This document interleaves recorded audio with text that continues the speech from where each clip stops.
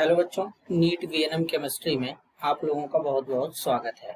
तो बेसिकली बच्चों, आज हम लोग बात करेंगे कुछ स्पेशल कंपाउंड के ऊपर। तो उससे पहले मैं आप लोगों को बताना चाहता हूं, कल आप लोगों का नीट का एग्जाम है, तो उसी से रिलेटेड ये टॉपिक है, मोस्ट इंपॉर्टेंट टॉपिक है, एग्जाम में आता भी है। तो ध्यान से समझेंगे एक एक बात को। तो हम लोग समझने क्या वाले हैं यहाँ पे, सबसे पहले बच्चों ये ध्यान देंगे, hybridization. Hybridization and structure of noble gas compound, इसके बारे में समझेंगे। ये बड़ा ही इंपॉर्टेंट है एग्जाम के पॉइंट ऑफ व्यू से, चाहे एग्जाम नीट का हो चाहे एग्जाम जेईई का हो, बड़ा ही इंपॉर्टेंट टॉपिक है। इसमें एक एक कंपाउंड को डिस्कस करेंगे आराम आराम से। सबसे पहला कंपाउंड यहाँ पे डिस्कस करते हैं बेटा, XeF2।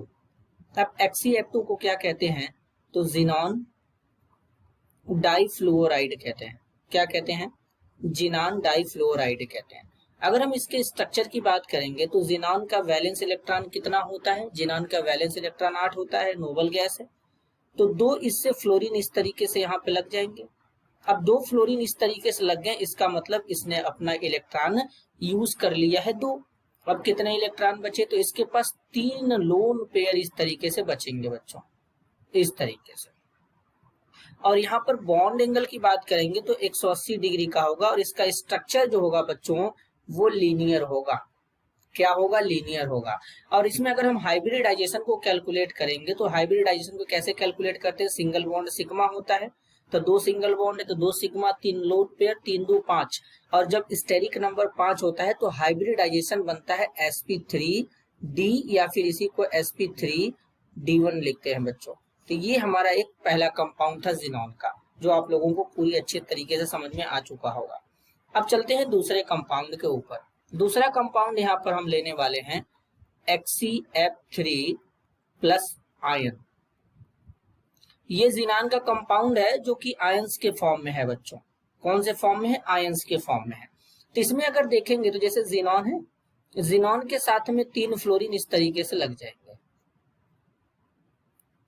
अब यहाँ पर 2 लोन पेयर इस तरीके से बच जाएंगे, वैलेंस इलेक्ट्रॉन 8 होता है तो एक पॉजिटिव चार्ज यहाँ पे लगा देंगे इस तरीके से, एक पॉजिटिव चार्ज है। तो अब इसमें हाइब्रिडाइजेशन कैलकुलेट करेंगे तो 3 सिंगल बॉन्ड है और 2 लोन पेयर है, 3 2 5, 5 के रिस्पेक्ट में हाइब्रिडाइजेशन क्या बनेगा, sp3d बनेगा बच्चों। और इसके स्ट्रक्चर की बात करेंगे तो इसका जो शेप होगा वो कैसा होगा, टी शेप होगा। क्या होगा, टी शेप होगा बच्चों। यहाँ पर लोन पेयर रिपेल करते हैं एक दूसरे को, valence and electron pair repulsion theory के अकॉर्डिंग इसका शेप क्या हो जाएगा, टी शेप। जब शेप चेक करना होता है तो लोन पेयर को छुपा देते हैं, तो इनको जब छुपा देंगे तो इस कुछ तरीके से हमको ये, जब इसको छुपा देंगे कुछ इस तरीके से दिखा देंगे तो ये हमको टी के जैसा दिख रहा है, ऐसे टी के जैसा, तो इसलिए इसका जो शेप हो जाएगा टी शेप हो जाएगा। आगे चलते हैं। नेक्स्ट कंपाउंड एक जिनान का, जिसको हम लोग बोलते हैं XeF4। अच्छा, XeF4 को क्या बोलते हैं, जिनॉन टेट्रा फ्लोराइड कहते हैं बच्चों। क्या कहते हैं, जिनॉन टेट्रा फ्लोराइड। इसका मतलब जिनान के साथ में 4 फ्लोरीन के एटम जुड़े हैं। कितने फ्लोरीन के एटम जुड़े हैं, 4 फ्लोरीन के एटम जुड़े हैं जिनॉन के साथ में। तो 4 फ्लोरीन के एटम लगा देंगे इस तरीके से, यहां पर हो जाएगा। अब जिनान का वैलेंस इलेक्ट्रॉन 8 होता है तो 4 फ्लोरीन के साथ में 4 इलेक्ट्रॉन यूज किया तो 2 लोन पेयर इसके पास बच गए। तो इस स्ट्रक्चर को बोलते हैं स्क्वायर प्लेनर। ये स्ट्रक्चर कैसा होगा, स्क्वायर प्लेनर होगा। हाइब्रिडाइजेशन कैलकुलेट करेंगे, 4 सिंगल बॉन्ड है तो 4 सिंगल बॉन्ड सिग्मा हो जाएगा, 2 लोन पेयर, 4 और 2 6 मिला के हाइब्रिडाइजेशन क्या हो जाएगा बच्चों, sp3d2 हो जाएगा। क्लियर है, आगे चलते हैं। कंपाउंड नंबर 4 के ऊपर बात करेंगे। जिनान के हर एक कंपाउंड के ऊपर बच्चों डिस्कस करेंगे, इसलिए डिटेल में समझेंगे। XeOF4 ये अगला कंपाउंड है, ये जिनान का अगला कंपाउंड है बच्चों, XeOF4, जिसको जिनॉन ऑक्सी टेट्राफ्लुओराइड कहते हैं, टेट्रा फ्लुओराइड कहते हैं बच्चों। ये है तो अब अगर हम जिनॉन ऑक्सीटेट्राफ्लोराइड के बारे में बात करें तो किस तरीके से समझने वाले हैं। ये जिनॉन हो जाएगा, जिनॉन के साथ में डबल बॉन्ड ऑक्सीजन लगा देंगे। अब 4 फ्लोरीन के एटम इस तरीके से लगा देंगे बच्चों, इस तरीके से 4 फ्लोरीन के एटम लगा देंगे। तो जिनॉन का वैलेंस इलेक्ट्रॉन कितना होता है, 8 होता है। तो देखेंगे तो 1 2 3 4 और यहाँ पर 5 1 6 यूज कर लिया है, तो एक लोन पेयर अभी भी बचा रहेगा, क्योंकि 8 वैलेंस इलेक्ट्रॉन का मतलब होता है कि ऑक्सीजन के साथ में 2 शेयर किया, फ्लोरीन फ्लोरीन के साथ में तो एक ही लगा है ना बच्चों। तो अब यहाँ पे 1 sigma 2 sigma 3 sigma 4 sigma 5 sigma, double bond में पाई होता है, तो टोटल सिग्मा 5 हो गए। एक लोन पेयर 5 और एक 6 रिस्पेक्ट में हाइब्रिडाइजेशन sp3d2 बन जाएगा। आप फिर से देखते हैं बच्चों, सिग्मा बॉन्ड कितने हैं, टोटल सिग्मा 5 है, एक लोन पेयर है, तो 5 और एक 6 मिल करके sp3d2 हाइब्रिडाइजेशन बन जाएगा। इनका जो स्ट्रक्चर होगा वो डिस्टॉर्टेड ऑक्टाहेड्रल हो जाएगा बच्चों। क्या हो जाएगा, डिस्टॉर्टेड ऑक्टाहेड्रल। ऑक्टाहेड्रल OH मतलब ऑक्टाहेड्रल हो जाएगा, मतलब पूरी तरीके से ऑक्टाहेड्रल नहीं होगा, ऑक्टाहेड्रल का एक बिगड़ा हुआ रूप होगा। आगे चलते हैं बच्चों। अब एक कंपाउंड हमारे ऊपर पास और है, जिसको हम लोग बोलेंगे, कितना कंपाउंड हो चुका है, 4 हो चुका है बच्चों। कंपाउंड नंबर 5 के ऊपर बात करेंगे, XeOF2 जिनॉन ऑक्सीडाइफ्लोराइड है बच्चों। अब इसको अगर हम ड्रॉ करें तो जिनॉन के साथ में पहले तो एक ऑक्सीजन लगा देंगे, 2 फ्लोरीन इस तरीके से लगा देंगे। अब जिनॉन ने यहाँ पर कितना यूज किया है ये ध्यान देना है, तो 2 यहाँ से सिंगल बॉन्ड में और 2 डबल बॉन्ड में 4 इलेक्ट्रॉन यूज कर लिया, तो लोन पेयर कितने बचेंगे, 2 बचेंगे। तो इस तरीके से अगर हम देखें तो हाइब्रिडाइजेशन क्या हो जाएगा, एक सिग्मा, यहाँ पे एक सिग्मा एक पाई होगा, सिग्मा सिग्मा, और ये 2 लोन पेयर है, तो 3 सिग्मा 2 लोन पेयर 5 5 के रिस्पेक्ट में हाइब्रिडाइजेशन बनेगा sp3d। अब जब हाइब्रिडाइजेशन sp3d हो गया तो ट्राइगोनल, यहाँ पर बच्चों यहाँ पर स्ट्रक्चर कैसा होना चाहिए था, ट्राइगोनल बाइपिरामिडल होना चाहिए था, टीबीपी ज्योमेट्री, लेकिन ऐसा होता नहीं है। लोन पेयर के कारण यहाँ पे क्या हो जाता है, लोन पेयर को अगर हम लोग यहाँ पे गायब करेंगे तो कुछ इस तरीके से हमको, जैसे पहले वाले कंपाउंड में, सॉरी बच्चों, यहाँ वाले कंपाउंड में टी शेप दिखा था, तो वैसे इसका शेप कैसा हो जाएगा, टी हो जाएगा। तो ध्यान देंगे ये कौन से शेप का होगा, टी शेप हो जाएगा, ये ध्यान देंगे। आगे चलते हैं, कंपाउंड नंबर 6 के ऊपर बात करेंगे, XeF6, इसको जिनॉन हेक्साफ्लोराइड कहते हैं बच्चों। क्या कहते हैं, जिनॉन हेक्साफ्लोराइड कहते हैं। अब अगर हम जिनॉन हेक्साफ्लोराइड की बात करेंगे तो जिनॉन के साथ में 6 फ्लोरीन हमको लगाने पड़ेंगे, जिनॉन के साथ में 6 फ्लोरीन। अगर हम जिनॉन के साथ में 6 फ्लोरीन लगाते हैं, पेंटागोनल बाई पिरामिडल वाले ज्योमेट्री के अकॉर्डिंग लगाएंगे, तो उसके अकॉर्डिंग इस ज्योमेट्री का नाम क्या होगा, उसके अकॉर्डिंग होगा डिस्टॉर्टेड पेंटागोनल बाई पिरामिडल। अब ऐसा क्यों मैंने बोला, हाइब्रिडाइजेशन कैलकुलेट करो, खुद ही पता चल जाएगा। सिंगल बॉन्ड कितना है, 1 sigma 2 sigma 3 sigma 4 sigma 5 sigma 6 sigma, एक लोन पेयर 7, तो टोटल 7 के रिस्पेक्ट में हाइब्रिडाइजेशन sp3d3 बनता है।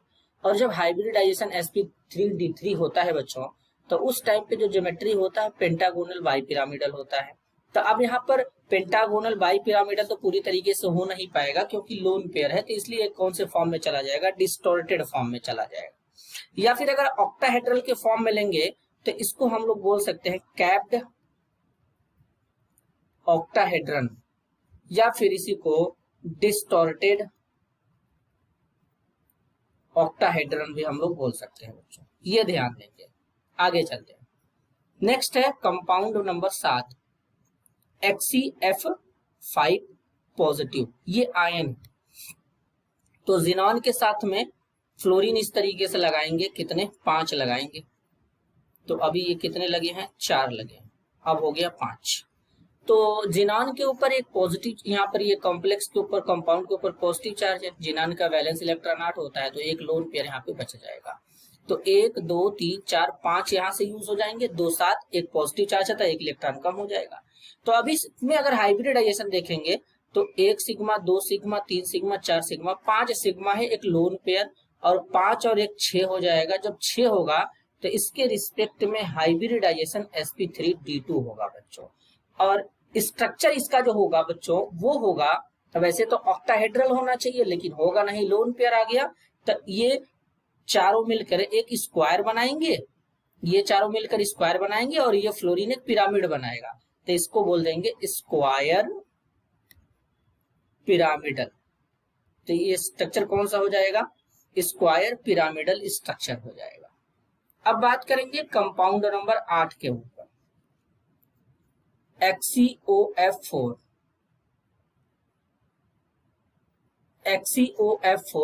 XeOF4 है जो बच्चों, जिसे हम लोग जिनान ऑक्सी टेट्राफ्लोराइड कहते हैं। अभी अभी इसके ऊपर डिस्कस किया गया था शायद। ठीक है, तो इसको डिस्टॉर्टेड ऑक्टाहेड्रल कहते हैं, या फिर हाइब्रिडाइजेशन इसमें sp3d2 होता है, या फिर इसी को बच्चों क्या बोल सकते हैं? स्क्वायर पिरामिडल बोल सकते हैं इस स्ट्रक्चर का नाम। क्लियर है? आगे चलते हैं। तो यानी टोटल कंपाउंड कितना हो चुका है? टोटल कंपाउंड हो चुका है 7। इसको तो हम लोगों ने पढ़ ही लिया है। आगे चलते हैं, कंपाउंड नंबर 8 के ऊपर बात करेंगे बच्चों। 8, अब देखते हैं 8वां कंपाउंड क्या आने वाला है। 8वें कंपाउंड की बात करेंगे बच्चों, XeO2F2। इसको बोलते हैं जिनॉन डाइऑक्साइड डाइफ्लुओराइड। जिनॉन डाइऑक्साइड डाइफ्लुओराइड इसको कहते हैं। अगर हम इसके स्ट्रक्चर की बात करें तो पहली बात जिनान हो जाएगा बच्चों। जिनान के साथ में यहाँ पर 2 फ्लोरीन के एटम इस तरीके से लगा देंगे और एक lone pair oxygen double bond के साथ में यहाँ पे आ जाएगा। वैलेंस इलेक्ट्रॉन 8 होता है बच्चों। तो अब यहाँ पे ध्यान देंगे किसको, इस तरीके से। तो सबसे पहले हाइब्रिडाइजेशन कैलकुलेट करेंगे। डबल में 1 सिग्मा 1 पाई होता है, सिंगल बॉन्ड हमेशा सिग्मा होता है। लोन पेयर तो सिग्मा कितना है? 4, एक लोन पेयर 5। तो 5 के रिस्पेक्ट में हाइब्रिडाइजेशन बनेगा sp3t, और जो ज्योमेट्री हो जाएगा वो हो जाएगा TBP। TBP मतलब ट्राइगोनल बाई पिरामिडल हो जाएगा। अब चलते हैं कंपाउंड नंबर 9 के ऊपर, XeO3, जिसे जिनॉन ट्राइऑक्साइड कहते हैं। अब जो जिनान ट्राइऑक्साइड होता है कुछ इस तरीके से होता है बच्चों। जिनॉन के साथ में यहाँ पर डबल बॉन्ड के साथ में ऑक्सीजन लगेगा 3, और एक लोन पेयर बचेगा। जिनान का वैलेंस इलेक्ट्रॉन 8 होता है। तो डबल बॉन्ड में 1 सिग्मा 1 पाई होता है, तो इसमें 1 sigma pi sigma pi sigma pi. तो 3 सिग्मा एक लोन पेयर 4 हो जाएंगे। तो 4 के रिस्पेक्ट में हाइब्रिडाइजेशन sp3 होगा, लेकिन होना चाहिए स्ट्रक्चर टेट्राहेड्रल, लेकिन लोन पेयर आ गया तो इसलिए कैसा हो जाएगा? पिरामिडल हो जाएगा। आगे चलते हैं बच्चों, कंपाउंड नंबर 10 के ऊपर बात करेंगे, XeOF4। इसको बोलते हैं जिनॉन टेट्रा ऑक्साइड। ये जिनान ट्राई ऑक्साइड था, अभी टेट्रा ऑक्साइड है। तो जिनॉन के साथ में जहां पे पहले एक लोन पेयर था यहाँ पे, तब इस लोन पेयर वाले एरिया में डबल बॉन्ड आ जाएगा बस, और कोई डिफरेंस तो होगा नहीं बच्चों। तो इस तरीके से यहाँ पर ये बन जाएगा। अब अगर हम देखें तो टोटल क्या है, यहाँ पर 8 बॉन्ड है। 8 बॉन्ड में 4 सिग्मा है, 4 पाई है। तो पाई को तो काउंट करते नहीं है, टोटल 4 सिग्मा है। तो 4 सिग्मा है तो इसका मतलब क्या हुआ? 4 सिग्मा बॉन्ड है।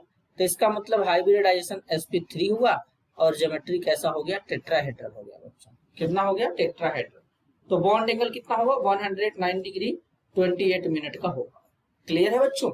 तो इस तरीके से जिनान के टोटल 10 कंपाउंड के ऊपर हम लोगों ने डिस्कस किया। मैंने आउट ऑफ एनसीईआरटी भी जाकर डिस्कस किया है, क्योंकि एनसीईआरटी के अकॉर्डिंग चलेंगे तो 4 ही 5 कंपाउंड केवल हमको मिलेंगे।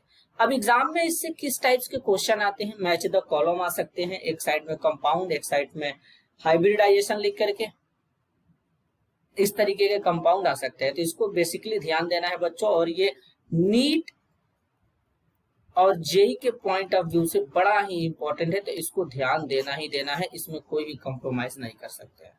तो इस तरीके से यहाँ पर ये chemistry of noble gas compound complete होता है बच्चों। अगर आपको ये वीडियो अच्छा लगा तो कमेंट में जरूर लिखिएगा। इस तरीके का वीडियो हम लोग लेकर के और आएंगे, और अच्छे अच्छे क्वेश्चन प्रॉब्लम को ऊपर डिस्कस करेंगे, अच्छा नया नया ट्रिक सीखेंगे, तो इसको ध्यान देंगे। तो आज के लिए बस इतना ही, मिलते हैं अगले वीडियो में, तब तक के लिए धन्यवाद।